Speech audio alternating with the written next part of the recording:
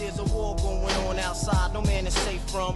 You could run, but you can't hide forever from these streets that we done took. You walking with your head down, scared. Welcome back, hardcore and casual gamers. I am Fox at FOXY Games UK, your regular aggregate source of the latest game news, rumour and video game discussion with an emphasis on PlayStation, but spanning a variety of platforms. Remember, views expressed in our videos are those of third parties and do not necessarily represent the views of FOXY Games UK. Follow me via Twitter at FOXYGames_UK.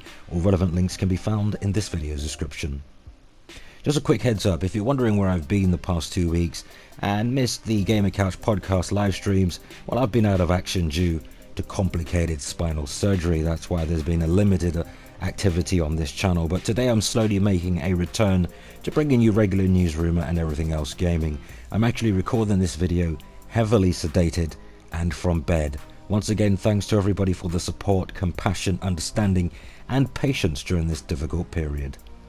Which brings us to an update courtesy of WCCF Tech and PSU.com regarding PS4's latest firmware, which introduces system-wide 4K downsampling, also known as Supersampling, for 1080p Pro owners, and more. PlayStation 4 Update 5.50 is already available to download for those taking part in the beta, and users are still discovering new features, but the biggest one seems to be the introduction of a system-wide supersampling solution, an area where PlayStation 4 Pro was thoroughly lacking compared to Xbox One X, which launched with the feature. So what is supersampling? Well, supersampling means that you can boost the resolution of your games even if you're not using a 4K TV.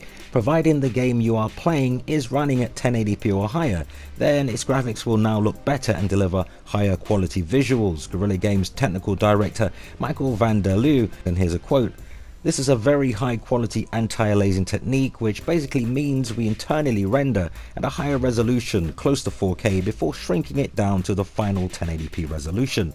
As our internal calculations are done at a resolution much higher than 1080p, more detail survives before you shrink it down to 1080p, resulting in smoother edges, virtually no jaggies nor shimmering, and a much more stable image." So supersampling mode allows you to get a picture quality comparable with 4K even when connecting PS4 Pro to a TV with a resolution of 2K or below. In most cases that'll be HD TVs.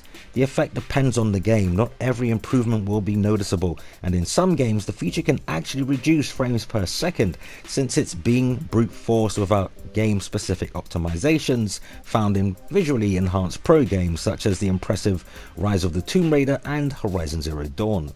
Now this is definitely great news for all those who own a PS4 Pro but has yet to upgrade to a 4K TV. Perhaps you were deterred from picking up Pro because you're just not ready to buy into 4K TVs. After all, the standard PS4 still looks great on 1080p sets. So until now, the most notable games employing supersampling to great effect is Guerrilla Games' Horizon Zero Dawn, where the dev team implemented their own supersampling solution, though with this system-wide feature it looks like every game employing some type of dynamic 4K, checkerboard 4K and native 4K will now be able to downsample the 4K image to HD sets at a system-based level. Essentially, this means that you don't need to rush out and buy a 4K TV to enjoy a boost in the visual quality with your PS4 Pro. Though games on 4K TVs will still look better, however, there may be a downside to this new feature in Update 5.50 according to the warning in the beta phase, as it states, results may differ depending on the games. In some games, image quality may not improve or the frame rate may change. So with some PS4 games that really forfeit game performance in favor of better visuals, of course the choice is yours, as PS4 Pro supersampling is an optional feature much like boost mode. You'll need to check a box in the PS4 Pro system settings in order to enable the feature. Also included in the new firmware update is the ability to hide your beta and demos in the library section, as well as unwanted games. This means that your PS4 library will be much more streamlined and cleaner looking, so you can keep all those PS4 exclusives easily accessible and hide all those old betas and demos from prying eyes.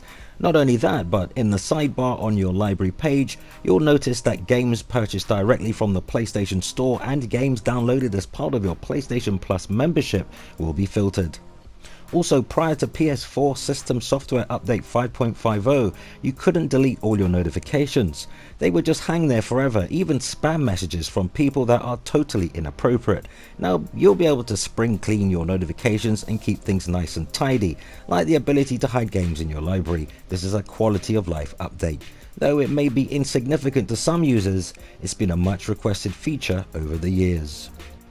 Unfortunately, as rumoured in our last video, it appears some of the features we were most hopeful for, PlayStation Network name changes, PlayStation Store wish lists, and game gifting, etc, well, so far none of those have been noted as a feature in update 5.50, which doesn't automatically mean these things are not coming, but unlikely in this particular update.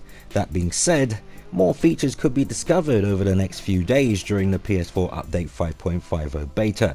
It's also possible Sony may drop other features into the mix at release, so you never know.